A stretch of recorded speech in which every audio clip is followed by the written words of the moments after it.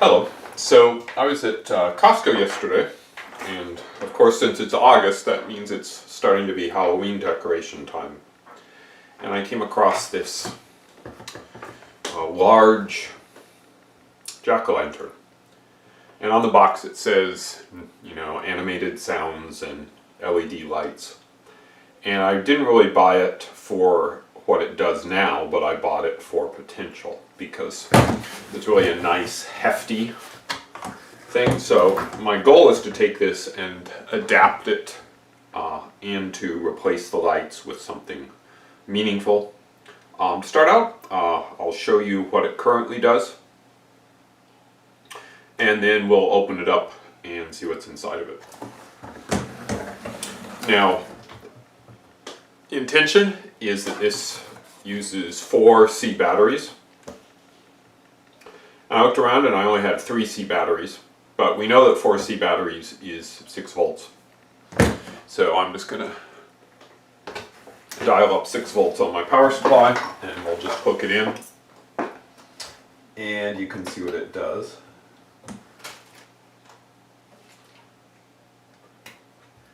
Make sure I get the polarity correct.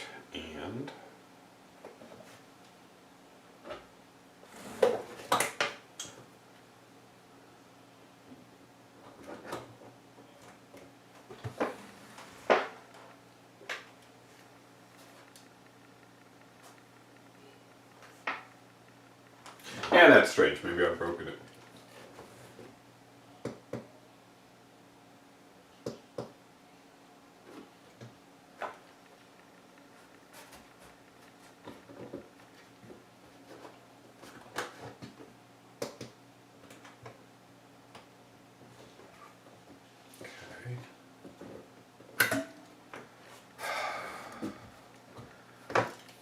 Well, I have my polarity backwards, and we'll see if it tolerates that. Yeah.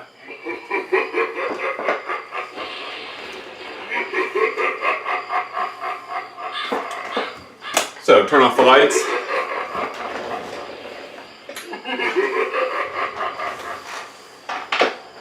And we see it has some nice laughing effects, nice sound effects. That's kind of nice.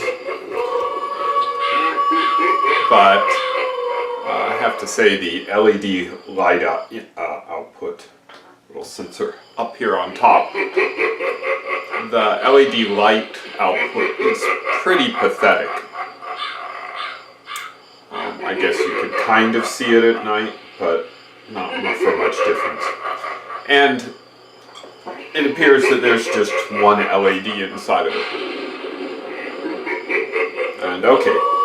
It's somewhat tied to the sound, but that's kind of cool. So,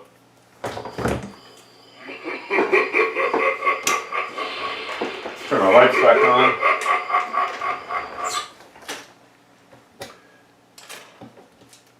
And let's see what we can find out. And one of the things I really liked about this is it's nice and heavy. The plastic is really thick. So it's solid, you can pick it up by that. It has a very heavy base. But the real thing that surprised me was that it's put together with screws. There are 4 screws on the back panel, and then if we look on the bottom, there's a whole bunch of screws around the weighted base. And what that means is, rather than having to cut this open and deal with it that way, we can just take some screws out. So let's get started.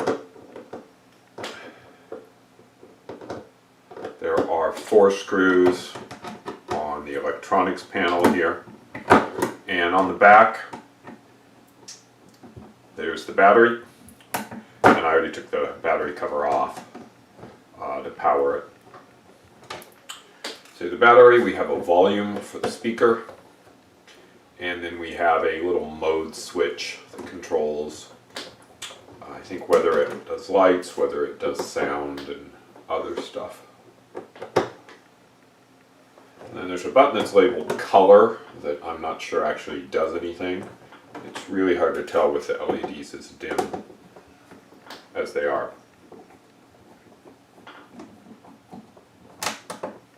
Okay, so that out. We're going to pull this out. What we see is just a little box here. Very interestingly, there's a set of wires here that actually have a connector. This is really rare to see anything hooked up with a connector in something that's trying to hit a price point. And presumably, well, I already know this, the connector runs up inside. Right here, there's just a little sensor. I assume it's a light sensor of sorts. So if we look inside, what do we see? Well, what we see is a whole lot of nothing. There's thin pieces of plastic, is what we see here in the front, and then the thick shell, and then the big heavy base, which I assume is just a heavy weighted base, and that's all. But I would say this has a lot of potential. It'd be very easy to mount. It'd be very easy to mount other lights on. So let's see what we have with our box here. We have the sensor going off, and then we have a single cheap RGB light.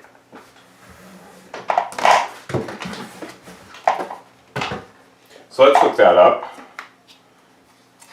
Maybe I'll get the polarity right to start.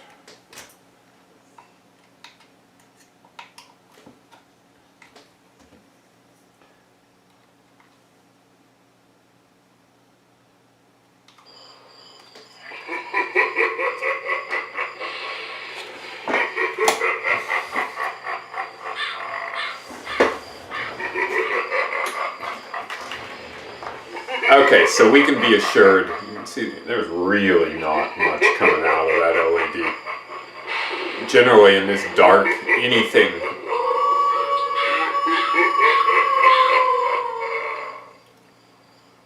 turn the sound way down.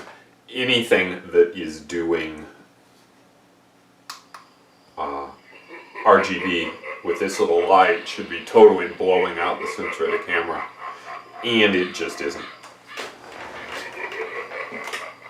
But that's good. Okay. Disconnect again. Turn on the lights. And what else can we see? Well, we have two wires going to that goes to the sensor. And then we have a little 4-conductor cable at the bottom, which runs from inside to the LED. Which pretty much tells us it's just a standard 3-color LED. And some nice tape here. So we're going to pull the tape off.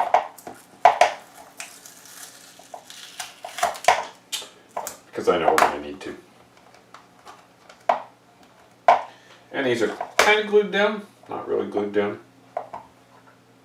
So the next thing to do, the second surprise, we had screws holding this assembly in, and we actually have 4 screws at the corners, which means we can actually get inside the box. It's another surprise. So this was, I think, $27 at Costco, which for an ornament display thing that size is pretty cheap in my book. So it's kind of strange to see better construction techniques and not the ultra cheap stuff that I normally come across. Okay, so we'll take these screws out and see what we find.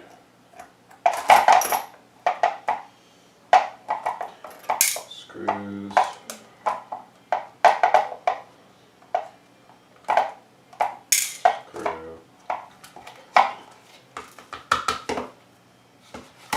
Three and 4. Okay.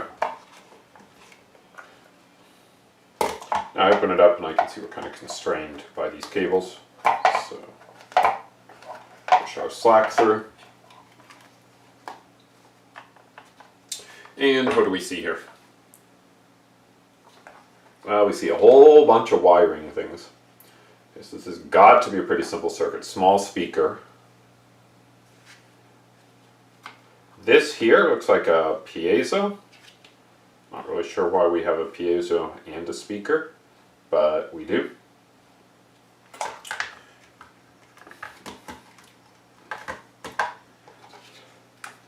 Here we have a little push button, and we're going to see if we can pull out the board. And we could. Pretty simple single-sided board. It has the pot for the voltage adjustment, the volume adjustment, a little slide switch with a rubber covering to make it kind of waterproof, I guess. There's a tilt sensor in there. And let's look on the other side. See if we can discern anything.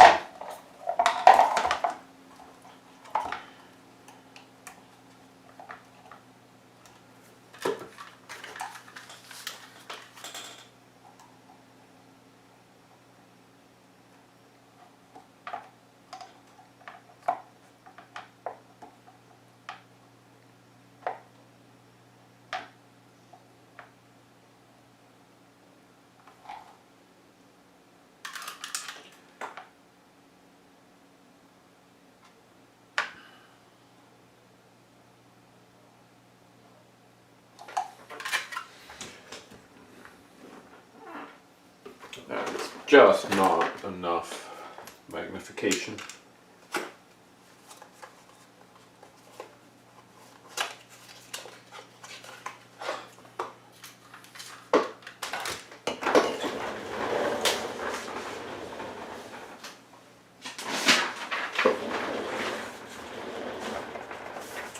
Got myself a sheet of paper so if I come up with any chips, I can write down. What do I see? I see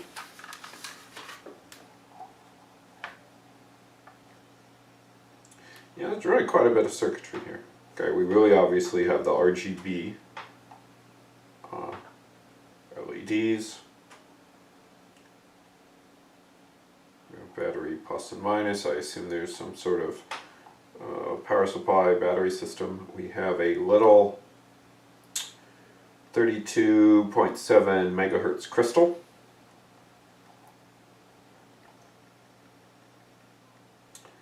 We have a number of what are there small MOSFETs or small bipolars.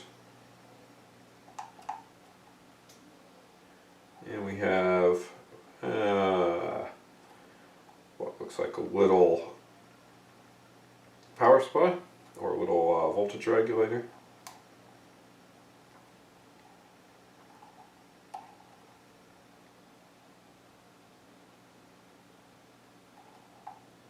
Not a bad looking little board. Okay. I have a little loop. This is 8X. I don't have a microscope. I probably should. This is a little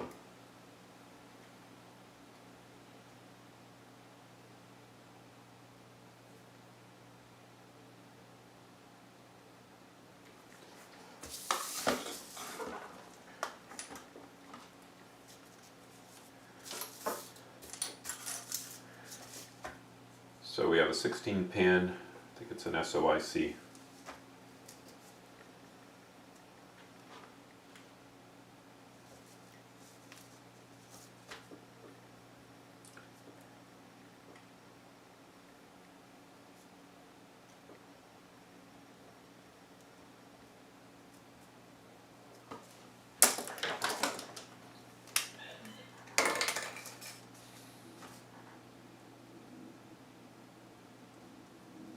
Okay, the number that looks like the number on that is TRSP 5065B.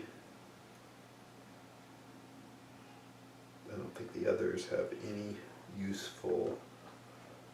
other useful numbers.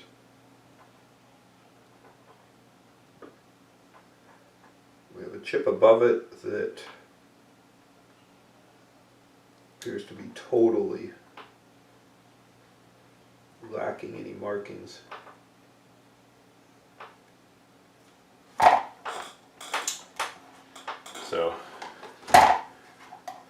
may remain a mystery. How about this other one?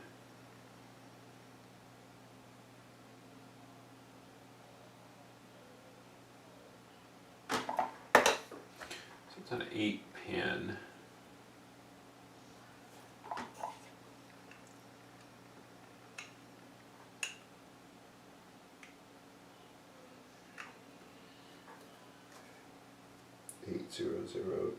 A.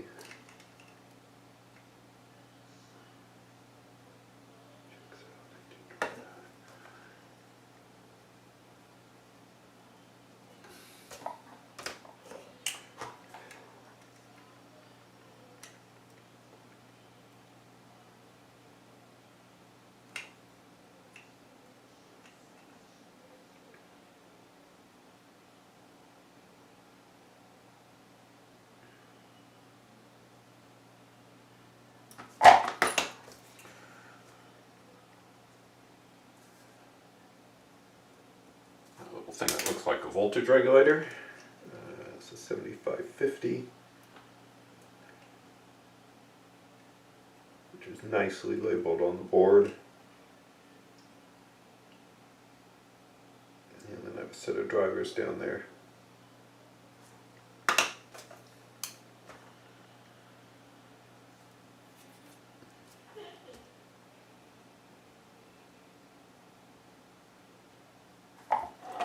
Okay, so I'm going to do a little looking here. Come back. Okay, back after doing a little research. I can tell you what I found out and what I didn't find out. So, what do we have? So we have, across the bottom here, we have 4 small signal S8550 PNP transistors, so rather than the more common NPNs. I'd be amazed if 3 of those aren't used to be driving the RGB. I don't know what the 4th one has done. Maybe the 4th one, I don't know, maybe it connects out to the piezo. Assuming that is a piezo. What else? Down here at the bottom, let me zoom in so that we can actually talk about the board a little. Okay, I have to move. Okay, I think you can probably see the board a little bit. So across the bottom here, we have the PNP transistors. So the PNPs, I think they drive the RGB. And there are 3 signals that pull off of this main chip. I'll talk about it in a bit. Here we have a 5-volt low dropout regulator. Not much of a surprise. Here we have a little 1.8 watt audio amp, an 8002A. That's also not a surprise. Off on the right is where it gets confusing. We have the 16-pin chip, and it's clearly doing 2 things. It's both connected to driving the RGB LEDs and driving the audio amplifier. And after a bunch of searching, I didn't find anything, which leads me to suspect that it's a custom chip designed to do both of those together. And my guess is that it has the audio inside, ROM stored, rather than being a general purpose microcontroller, which is fine. Then finally, over here on the right, we have the mystery chip. This is totally unmarked. Very strangely, it connects to battery minus. It seems that it's the only one that connects to battery minus. And it only has 2 other connections, which means it's very unlikely to be a microcontroller. However, 2 of the connections, so I think it has 4 connections total. 2 of the connections are to a 32 megahertz crystal. And that has me a little confused. I'd expect to find that only on a microcontroller. So I'm not really sure what that's going on here. So that's basically what we have on this board. It's actually a decent single layer board. A little confusing in places, but that's what we got, and it's running the show here. As far as modifications, so the first thing is that the RGB part is very obviously not very useful. And I'm kind of torn right now as to where I'm going to go on this. One option would be to grab a signal off here, maybe a signal going to the RGB that lets me know it's running, and then just use that to sense and drive probably a set of WS2812s. I don't know, maybe on strips or some of the others. I have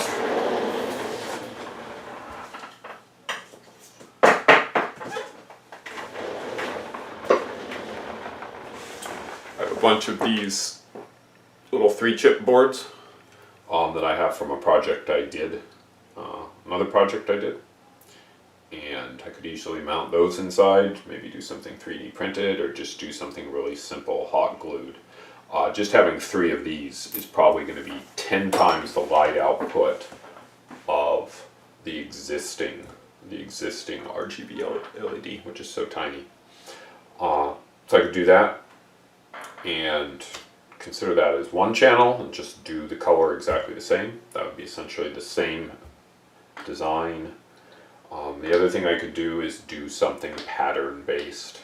It seems like given that we have the opportunity to have different lights and different colors across the mouth and different colors inside the nose and different colors inside the eyes, it seemed kind of a shame to just go with one color, to go to a lot of work and go with one color. So I'm kind of tending towards that. And that's where we are with this little toy. I think I might just disconnect the RGB LED and put everything back together, and then leave the spooky voice part just running the way it just runs. So I think that's an okay effect. And then add in a better light effect as a separate thing. So that's what I know. If you have comments, if you have some idea what the other two mystery chips are doing, that would be great. Go ahead and leave it in the comments. Thanks.